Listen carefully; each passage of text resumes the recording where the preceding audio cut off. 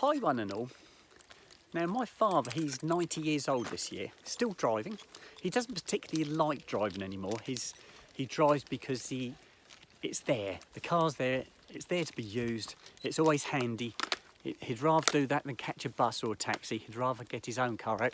It gives him his independence, a little bit of freedom. It's all paid for. He's just got to put the petrol in it and drive it. Now he's 90 years old this year. How many of you out there, maybe similar age to my dad, are still driving?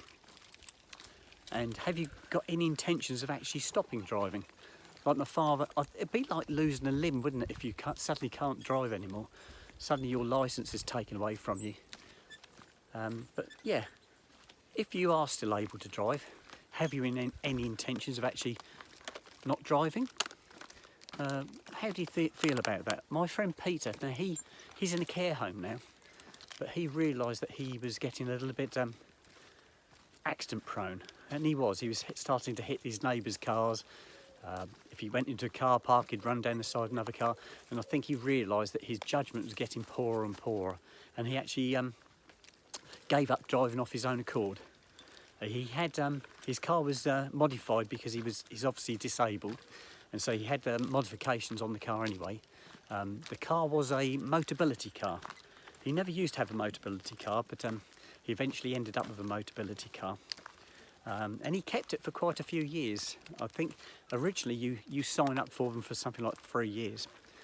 But because he had his car modified, you have to pay for the modifications. So if you had the pedals changed about or hand controls fitted, you have to pay for that. And I think that's quite an expense. Hang on guys, there's some berries here, look. What's this here, look? My boys love these blackberries. Oh, what have I got? Here you go. There's one for Snoop. Here you go. Oh, is that nice? Go on then, off you go. Yeah, I just treated my dogs. Yeah, so Peter hung on to his car because you could do that. If they'd get in touch with you and say, oh, your car's due for renewal. And my friend Peter used to say, oh, can I keep this one? Can I keep it for another year? And they'd say, yeah, that's fine. And I think he kept his for about 5 years. And that was when he actually stopped driving after that. Go on, off you go, guys. But he used to look after his cars. He did, when I first met him, Peter had his own cars. And his dad came down to the garage where I worked and explained to me that his son, Peter, needed his car looking after. Now, Peter's dad used to look after his car for him, but he got to the point where he realised he couldn't carry on doing that. That's when he came down to see me at the garage and got his son's car booked in with me. And I started looking after Peter's cars after that. It was always me got to work on them at the garage. And then eventually Peter became a really good friend. And he was coming around my house, having a cup of tea and some biscuits. He used to cook me cakes. He'd bring me a sponge. Yeah, he's a lovely fella, lovely fella. But yeah, he doesn't drive now, and he's now in a care home. Yes, he'll never drive again, unfortunately. Yeah, he's a cracking fella.